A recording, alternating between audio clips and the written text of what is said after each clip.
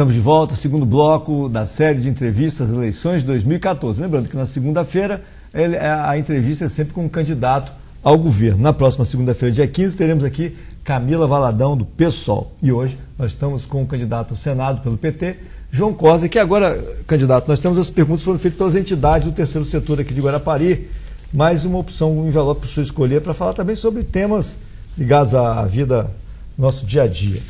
Aqui mais uma, vamos abrir, saber de quem tem o outro envelope aqui dentro, saber de quem é, qual foi a entidade.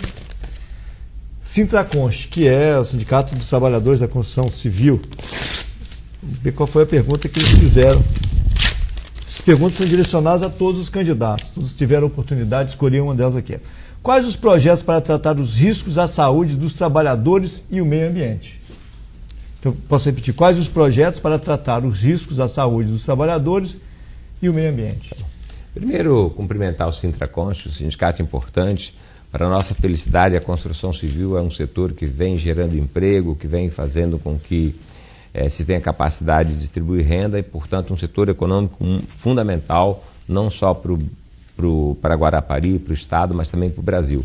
Principalmente com os programas habitacionais agora, o programa Minha Casa Minha Vida, que está gerando aí mais de 3 milhões de habitação, não tinha um programa habitacional no país há muitos anos, e aqui no Espírito Santo nós estamos chegando a 50 mil casas sendo construídas por esse projeto, pessoas com menos de 3 salários mínimos. Então é um setor que conseguiu ajudar a manter a economia pujante num período de crise mundial.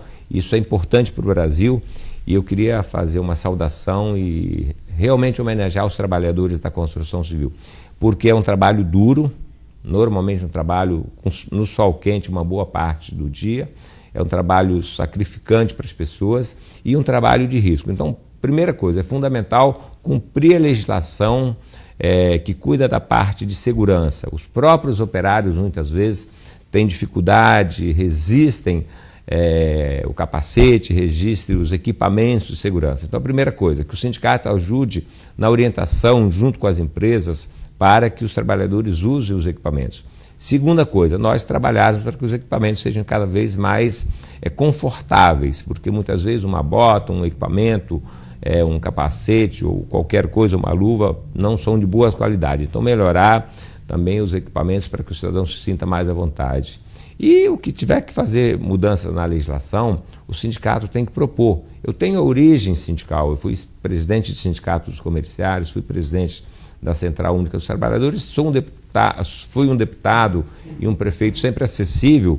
O meu mandato na Prefeitura de Vitória eu fiz com orçamento participativo e quero no Senado Federal ideias, sugestões, quero fazer um mandato com uma grande participação da sociedade. Eu não quero sair daqui, voltar 4 anos depois, ou 5, 6 anos depois, ou voltar na campanha. Eu gostaria muito que as entidades da sociedade organizada, o cidadão pudesse, através dos instrumentos de comunicação que tem hoje, do site, do telefone, mandasse proposta para o senador João Coser, se eu for eleito, e me cobrasse para que eu não saísse, que eu pudesse voltar em Guarapari, que eu falo assim, não me deixa sair do chão, né? Eu não gostaria de ser um senador ausente. Então o sindicato pode contar comigo, eu estarei presente em todos os momentos que eles quiserem apresentar proposta, fazer um debate com o João Coser. É assim a minha história de vida nos meus mandatos parlamentares.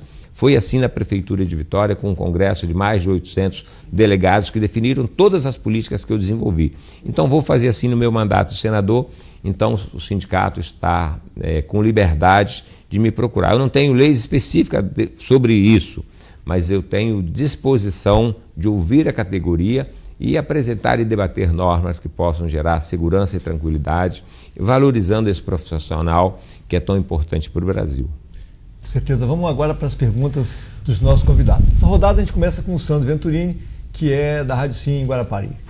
Candidato João Coser, naquele episódio que chamou a atenção do país todo em relação a royalties de petróleo, nós sentimos que estamos na região sudeste, parece que somos um estado que fica esmagado diante dos outros estados que fazem parte também da região. E a gente observava a luta de senadores exigindo respeito, exigindo que o Espírito Santo fosse tratado com dignidade, com seriedade. E nós, capixabas, ficamos muito chateados em ver que esse tratamento não era dispensado. Parecia que a gente estava pedindo esmola, estava não tinha o direito de exigir o que de fato é nosso, uma riqueza que é nossa.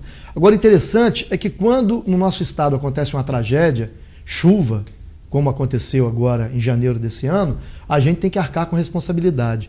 Nós geramos muitos impostos para o governo federal e a contrapartida é pequena. De que forma o senador da República, representando o capixaba, o Estado do Espírito Santo, teria que ter um perfil de exigir mais respeito desses outros estados que fazem parte da mesma região? Sandro, então a primeira coisa que eu gostaria de colocar, o meu mandato tem que servir também como centro de articulação da bancada federal e na relação com os outros estados. O Senado Federal, lá nós temos o mesmo tamanho do Rio, de São Paulo e dos grandes estados. Eu participei desse debate como presidente da Frente Nacional de Prefeitos e realmente foi um massacre dos parlamentares. Isso se deu no Congresso Nacional, porque nós somos em poucos, mesmo junto com o Rio de Janeiro, nós não passávamos de 100 num Congresso de 513 deputados e 81 senadores. Então nós temos que fortalecer a unidade da nossa bancada. Neste caso particular, para a felicidade do Espírito Santo, nós tivemos uma determinação do ex-presidente Lula e depois da presidenta Dilma, que vetou o projeto, foi aprovado novamente, teve um segundo veto da presidenta Dilma, e quero aqui falar para o cidadão capixaba. Em 2004, o Espírito Santo arrecadava de royalties 62 milhões. Em 2010, 650 milhões.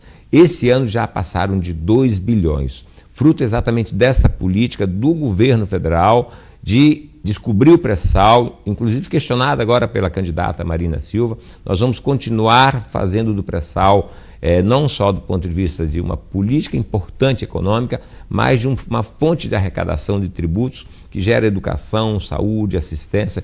Então, o presidente Lula cumpriu a palavra de vetar. A presidenta Dilma foi vaiada num congresso de mais de 2 mil prefeitos porque queriam que ela se submetesse a essa pressão dos outros estados que não são produtores de petróleo, e ela não aceitou e cumpriu a palavra com o Espírito Santo e o Rio de Janeiro. Agora a bancada tem que estar muito unida, porque ela, de fato, ela é pequena. Agora, no Senado, um senador mais articulado, um senador com mais experiência, inclusive no Executivo e no Legislativo, ele transita melhor. Quando eu fui presidente da Frente Nacional de Prefeitos, tinha lá, o meu primeiro suplente era o Kassab, de São Paulo, o segundo, vice-presidente, o segundo era Márcio Lacerda, de Belo Horizonte, o Eduardo Paes, do Rio de Janeiro, então de todos os partidos. Lá nós não tínhamos partido, nós tínhamos apenas uma causa, que era a causa do município. Então nós temos 2 desafios: manter os royalties, manter o trabalho no pré-sal e manter a nossa bancada unificada, porque ela unificada,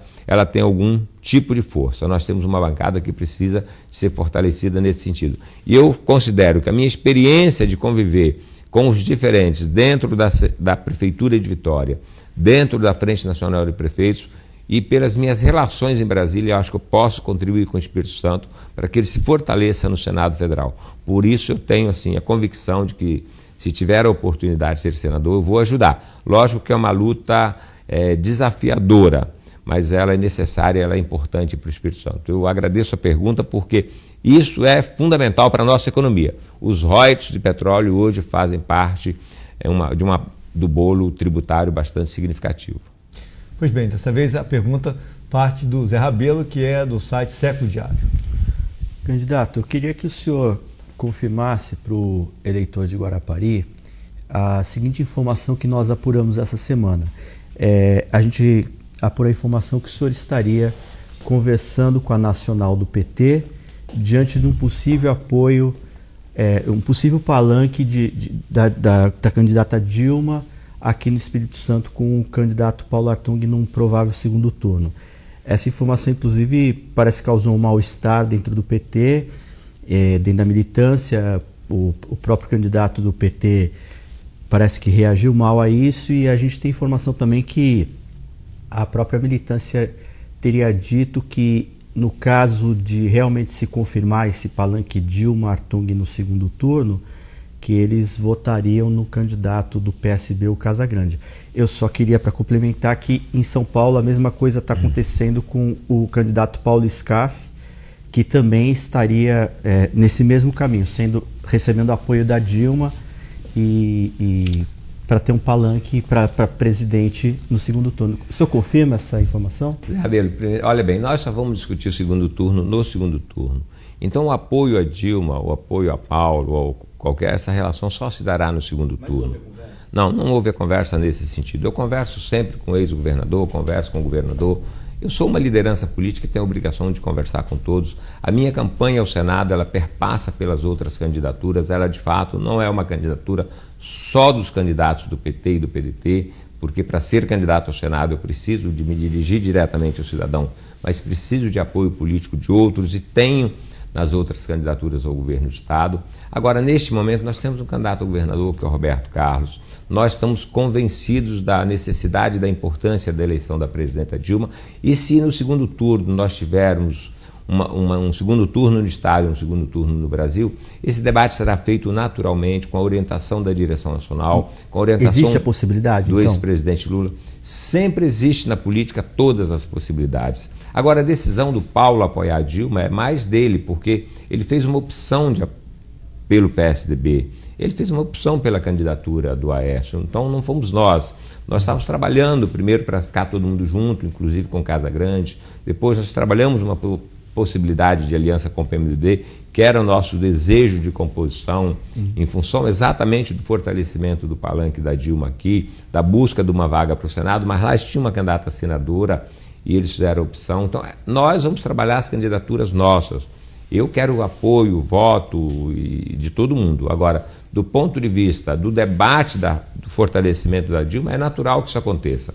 O nosso projeto mais importante é a reeleição da presidência da República, porque é ela que pode, as políticas estruturantes, as políticas de transformação que existem no Brasil hoje, geração de mais de 20 milhões de empregos, programas sociais, a melhoria do salário mínimo, se deram em função da eleição de um novo projeto de país, de um operário, presidente da República, que viveu o desemprego, que viveu o salário baixo, que viveu todo tipo de dificuldade.